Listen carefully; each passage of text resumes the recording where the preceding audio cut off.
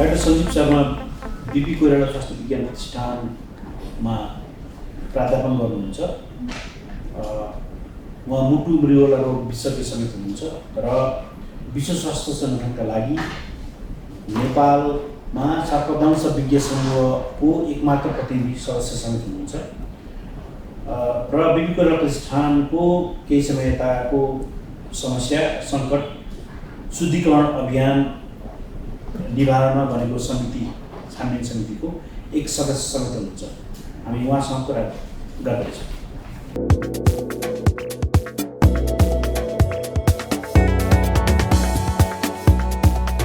Doctor साहब नमस्ते। नमस्ते। 28 वर्ष अघि स्थापित नेपालकै प्रतिष्ठित स्वास्थ्य संस्था बिपी कोइराला स्वास्थ्य विज्ञान प्रतिष्ठान धरानको नाम पहिलोपटक काठमाडौँ केन्द्रमा सुनि जस्तो हामीले महसुस गऱ्यौँ। यसपटकको यो आन्दोलन र अनेक कुराहरूले गर्दा यति लामो समयदेखि धरानमै बसेर काम गरिनु भएको छ। आफ्नो भोगाई अनुभव र त्यो केन्द्र छान्नको कारण र त्यो केन्द्रको महत्त्व बारेमा केही भनिदिनुहुन्थ्यो? धन्यवाद विनयजी प्रश्नको लागि। बिपी कोइरालालाई यसपालि पहिलोपल्ट सुन्यो भन्दाखेरि ठ्याक्कै त्यही चाहिँ होइन होला। यसपालि चाहिँ फरक दृष्टिकोणले फरक उचाइका साथ सुन्यो र यसपालि चाहिँ प्रधानमन्त्री अफिसदेखि लिएर सबैतिरबाट एउटा विशेष चासोको रूपले हेरियो। तर बिपी कोइराला स्वास्थ्य विज्ञान प्रतिष्ठान आफैमा जब यो संस्थाको सुरुवात भयो, इस्टाब्लिस भयो, यसका आफ्नै मिसन भिजन गोलहरू छन् र यसका मिसन भिजन गोलहरूमा चाहिँ के छन् भने दक्ष जनशक्ति देशका लागि प्रड्युस गर्ने, अध्ययन अनुसन्धानमा राज्यको नीति निर्माणमा सहयोग गर्ने हिसाबले यहाँ अध्ययन अनुसन्धान भएर आफ्नै देशमा कस्तो खालको स्वास्थ्य नीति चाहिन्छ भन्ने कुराहरूलाई निर्धारण गर्ने भन्ने हिसाबले यो एउटा डिम विश्वविद्यालयको परिकल्पनाका साथ यो संस्था हाम्रा पूर्वजहरू हाम्रा यो संस्थापन कालका जो विशेष व्यक्तित्वहरू हुनुहुन्छ उहाँहरूले स्थापना गरेको नेपाल भारतको एउटा मैत्री जुन सद्भाव छ त्यसको एउटा उदाहरण हो। तर के भइदियो भने बिपी कोइरालाले जुन परिकल्पना बिपी कोइराला स्वास्थ्य विज्ञान प्रतिष्ठानले जुन परिकल्पना गरेको छ त्यो परिकल्पनाहरू बिस्तारै खिँदै गएको अनुभव गऱ्यौँ हामीले। उदाहरणका लागि म भन्छु, यसले स्थापना कालमै कस्ता कस्ता चाहिँ एउटा खाकाहरू बनाएको थियो भन्ने साधारण उदाहरण दिन चाहे। आज नेपाल सरकारले एक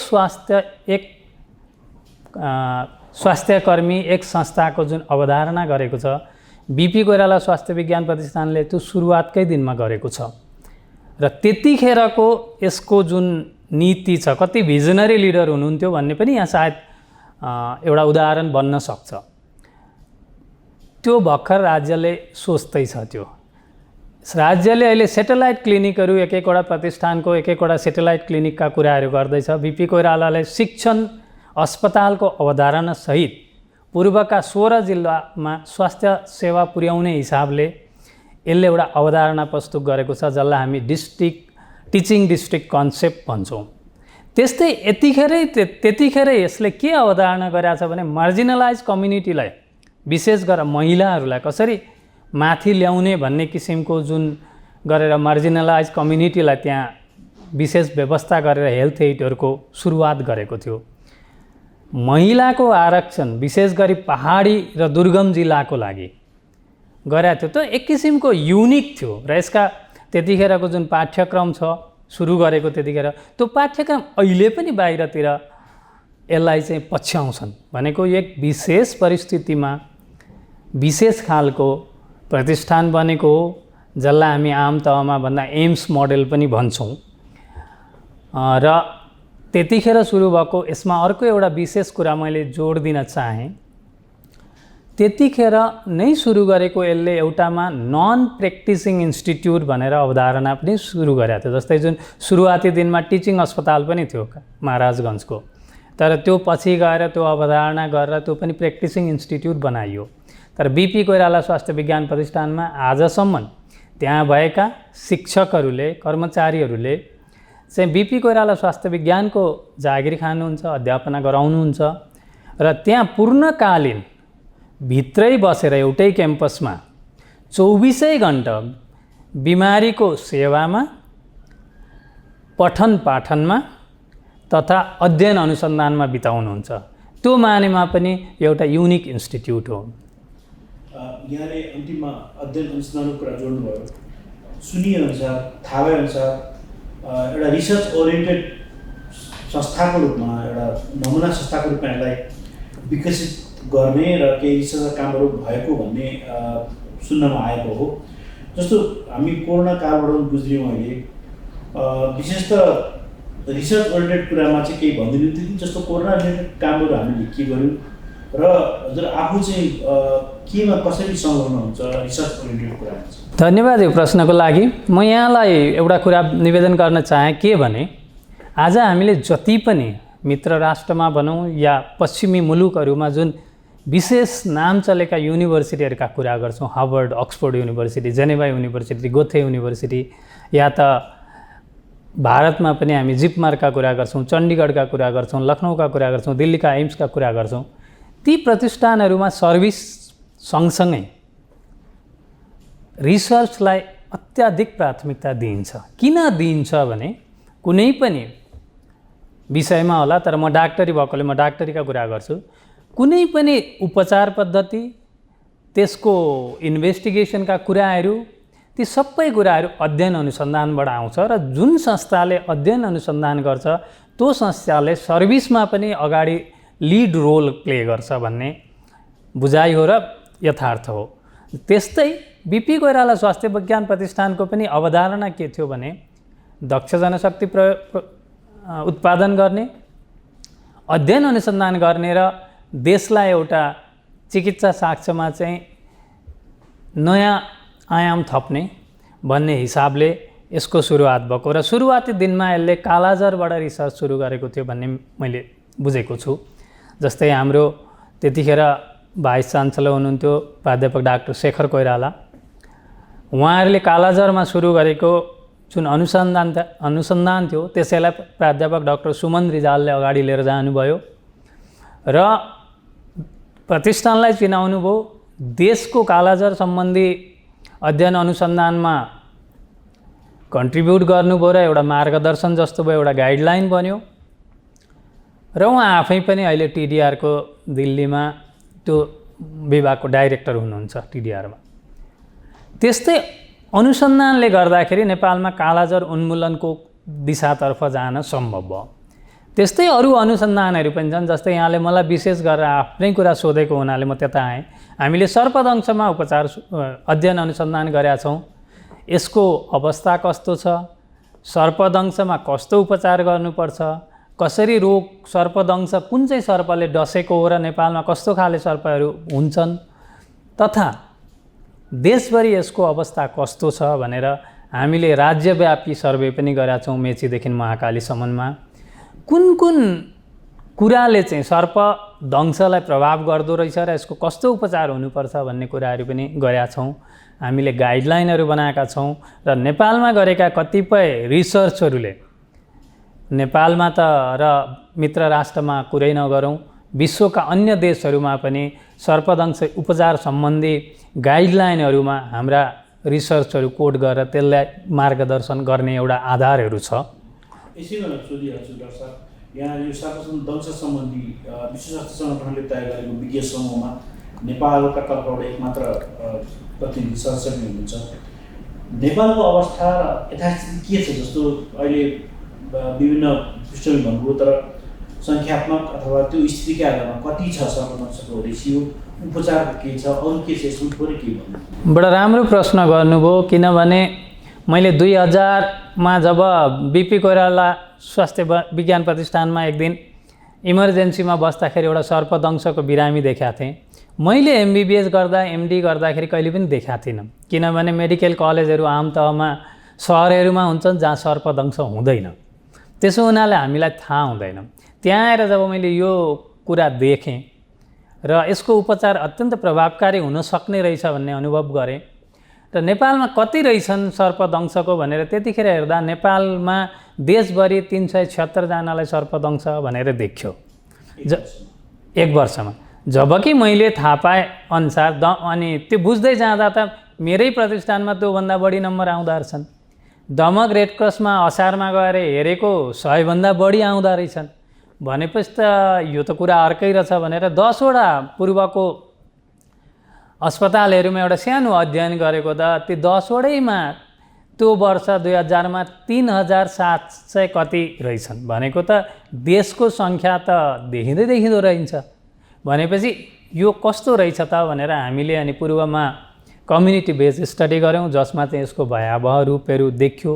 कसो गर्दाखेरि चाहिँ सर्पदंशको मृत्युबाट जोगाउन सकिँदो रहेछ भनेर हामीले झुलको प्रयोग र मोटरसाइकल भलन्टियर प्रयोगको कुराहरू गऱ्यौँ। त्यहाँ पछाडि सर्पदंशको बारेमा केही उपचार कसरी गर्ने भन्ने नै, कति औषधि दिने भन्ने नै थाहा रहन्छ। र हामीले एउटा ऱ्यान्डमाइज कन्ट्रोल ट्रायल भन्छ, जुन चाहिँ उत्तम विधियो औषधि कुन मात्रामा कसरी प्रयोग गर्ने भन्ने वैज्ञानिक आधार ऱ्यान्डमाइज कन्ट्रोल ट्रायल गऱ्यौँ र यसलाई पत्तो लगायौँ। र हामीले भर्खरै सकेको देशव्यापी अध्ययनमा के देखियो त भने नेपालमा वर्षेनी करिब 40,000 जनालाई तराईमा मात्रै सर्पदंश हुँदो रहेछ। पहाडको जुन हरेउ सर्पहरू जोड्नु हो भने त्यो सङ्ख्या अझ बढ्ने भयो। र 1987 मा WHO ले गरेको अध्ययनलाई कोट गरेर हामीले जहिले पनि 1000 जनाको मृत्यु हुन्छ नेपालमा भनेर भन्थ्यौँ। अहिले त त्यो कम भयो होला पनि भन्थ्यौँ। तर हामीले गरेको अध्ययनमा 2700 देखि 3000 जना मानिसको मृत्यु हुँदो रहेछ हरेक वर्ष। त्यसो हुनाले यो एक किसिमको भयावह रूप नै भन्नु पर्यो यसलाई। तर सबैभन्दा ठुलो कुरो के हुन्छ भने यो चाहिँ गाउँघरमा, भित्री तराईमा, मधेसमा बढी हुन्छ र फाइनेन्सियली इकोनोमिकली डिसएडभान्टेज जुन वर्ग हुन्छ उहाँहरूलाई हुन्छ र त्यसको लेखाजोखा सहर केन्द्रित माध्यमहरूमा पुग्दैनन्। र यसलाई जहिले पनि हामीले भन्न थालेका छौँ कि यो डिजिज अफ भोइसलेस भनेर। र हामीले चाहिँ के अनुरोध गर्छौँ भने सबैजनालाई please be the voice of voiceless भनेर। र यो अत्यन्तै ठुलो सङ्ख्या छ।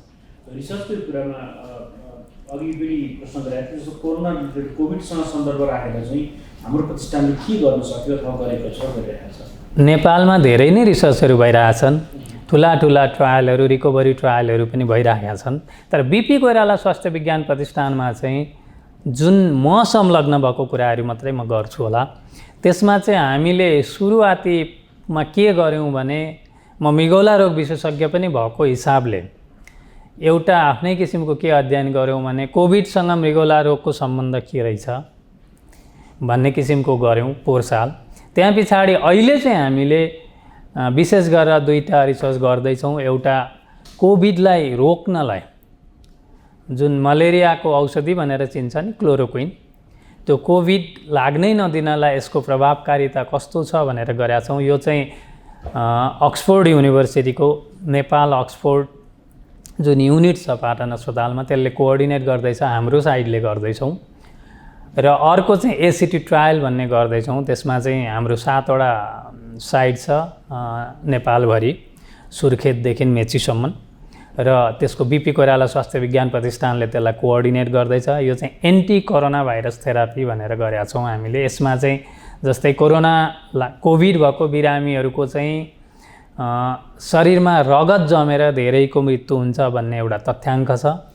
त्यसमा कुन औषधि चाहिँ बढी प्रभावकारी हुन्छ भन्ने कुरा हिसाबले यसको अनुसन्धान पनि हुँदैछ।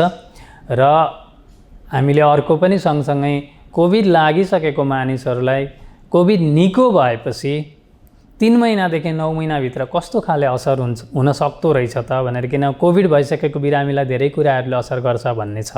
ती कुराहरू नेपाली जनसमाजमा कस्तो हुँदो रहेछ भनेर अनुसन्धानहरू गर्दैछौँ। हामी भ्याक्सिनको ट्रायल पनि गर्ने कोसिस गर्दैछौँ। जस्तो यहाँ जस्तो विज्ञहरू काठमाडौँ केन्द्रले भन्दा झन्डै मफसल जस्तो ठाउँमा रहेर केही रिसर्चका केही अध्ययन अध्यापनका कामहरू गरिरहनु भएको छ।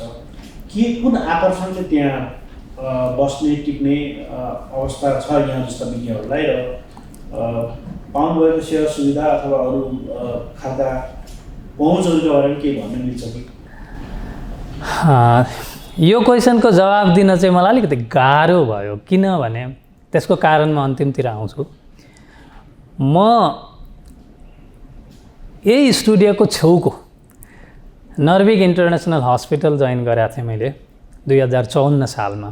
नेपाल मेडिकल कलेजमा पनि काम गर्थेँ र त्यहाँको अनरको म एकजना प्रिय डाक्टर पनि थिएँ। त्यसको बावजुद बिपी कोइराला स्वास्थ्य विज्ञान गएर जतिखेर म त्यहाँ गएँ, त्यहाँ त्यतिखेर हुनुभएको पदाधिकारीज्यूहरू, मेडिसिन विभागको प्रमुख प्रोफेसर कालरा हुनुहुन्थ्यो इन्डियाको, उहाँहरूसँग कुरा गऱ्यौँ। कुरा गरेपछि त्यहाँ मैले दुईवटा कुरा अभियसली फिल गरेँ। एउटा त त्यहाँको वातावरण भयो र त्यो प्रतिष्ठानले देखेको भिजन अति ठुलो लाग्यो र त्यहाँ चाहिँ तपाईँको हरेक खाले बिरामी आउने, अत्यन्त फाइनेन्सियली गरिब बिरामीदेखि लिएर हरेक खाले बिरामी आउने र यो प्रतिष्ठानको चाहिँ मुख्य उद्देश्य भनेको दक्ष जनशक्ति उत्पादन गर्ने र अनुसन्धान भएको हुनाले मलाई आफै पनि पढाउन एकदम मन लाग्ने, पढ्ने पनि र अध्ययन अनुसन्धानमा रुचि भएकोले यहाँ पाइराखेको तलबभन्दा धेरै कम भए तापनि म त्यहाँ गएर म खुसी थिएँ। विशेष सेवा शर्तहरू चाहिँ त्यहाँका जुन थिए मलाई ठिक लागेर म अहिले पनि सम्झिन्छु। त्यतिखेरको भाइस चान्सलर डाक्टर शेखर कोइरालाले भन्नुभएको, तिम्रो खुबी छ भने यो ठाउँमा बसेर प्रगति गर्न सक्छौ भन्ने एउटा वाक्य भन्नुभएको थियो। मलाई सुन्दरमणि दीक्षित सरले पनि तपाईँ जस्तो मान्छे त्यहाँ जानुपर्छ भन्नुभएको थियो। नर्भिकमा काम गर्दै उहाँ एक दिन आउनुभएको थियो र त्यो कुरा सही पनि थियो। हामीले त्यहाँको सेवा सुविधाको जुन आधारहरू थिए त्यहीमा काम गर्दै गयौँ। आफ्नो पनि प्रगति भयो, प्रतिष्ठानको पनि ग्रोथ भयो र अध्ययन अनुसन्धानमा पनि बिपी कोइराला स्वास्थ्य विज्ञान प्रतिष्ठानले सर्भिसमा पनि र विद्यार्थीहरूमाझ पनि एक किसिमको आफ्नो इमेज बन्यो। त्यसको सबै श्रेय बिपी कोइराला स्वास्थ्य विज्ञान प्रतिष्ठान, त्यहाँ अध्ययन गर्ने छात्रहरू, त्यहाँका कर्मचारीहरू सबै र शिक्षकहरू मेरो डिपार्टमेन्टमा को हिसाबले उहाँ जान्छ। तर त्यसो भन्दै गर्दाखेरि एउटा कुरो चाहिँ यतिखेर आएर हामीलाई एकदम खड्क्या छ। एउटा त यहाँले सुन्नुभएकै छ बिपी कोइराला स्वास्थ्य विज्ञानका धेरै नकारात्मक पक्षहरू र शुद्धिकरण आन्दोलन भनेर पनि सुरु भएको, त्यो अघि प्रतिवेदनका कुरा पनि आए। त्यो प्रतिवेदनमा हामीले बिपी कोइराला स्वास्थ्य विज्ञान, मैले कति बोल्नु हुन्छ हुँदैन मलाई थाहा छैन, तर त्यतिखेर हामीले एउटा के निर्णय गऱ्यौँ, बिपी कोइराला स्वास्थ्य विज्ञान प्रतिष्ठानका धेरै राम्रा पक्षहरू छन्, ती चाहिँ हामीले अब लेखिराख्नु र लेख्न सक्ने कुरा भएन, तर यसलाई कसरी सुधार गर्ने भन्ने कुराहरू चाहिँ एउटा मार्गदर्शन त्यो प्रतिवेदनले दिएको छ। यही कुरा गर्दै गर्दा मैले के एउटा कुरा जोड्न चाहेँ भने बिपी कोइराला स्वास्थ्य विज्ञान प्रतिष्ठान जुन मोफसलमा छ त्यसको भ्यालु राजधानीमा बन्नुभएका मानिसहरूले बुझे जस्तो लाग्दैन। चाहे त्यो शिक्षक वर्ग होस्, राजनीति वर्ग होस्, डाक्टर वर्ग होस् या ब्युरोक्रेटहरू होस्, किनभने त्यो प्रतिष्ठानमा काम गर्ने डाक्टरहरू प्राइभेट प्र्याक्टिस गर्दैनन्।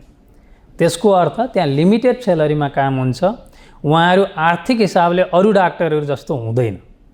त्यसो हुनाले त्यहाँ कतिपय त्यहाँ टिकाइ राख्नलाई डाक्टरहरूलाई कतिपय नन फाइनेन्सियल इन्सेन्टिभहरू, कुनै पनि नाम लिउँ, अब त्यसलाई जे नाम दिए पनि भयो, त्यसमध्ये एउटा थियो त्यहाँ शिक्षण गर्ने डाक्टरहरूको, शिक्षकहरूको, त्यो नर्सिङमा पनि आउँछ, डाक्टरमा पनि आउँछ, कर्मचारीहरूको पनि आउँछ, कतिपय सिटहरू रिजर्भ गरेका थियो एमबिबिएस पढ्न र बिडिएस पढ्न,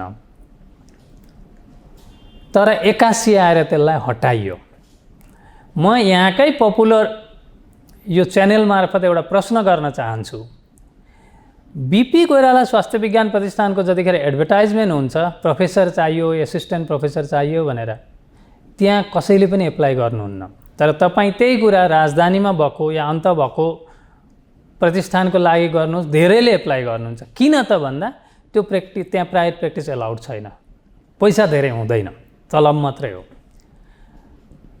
तर अहिले आएर त्यो प्रतिष्ठानलाई पनि अरू अस्पतालसँगै अरू शिक्षण अस्पतालसँग कम्पेयर गरेर जुन डाक्टरहरूको छोराछोरीले पढ्ने कोटा थियो, प्रोत्साहन थियो एउटा, त्यो 81 हटाइया छ।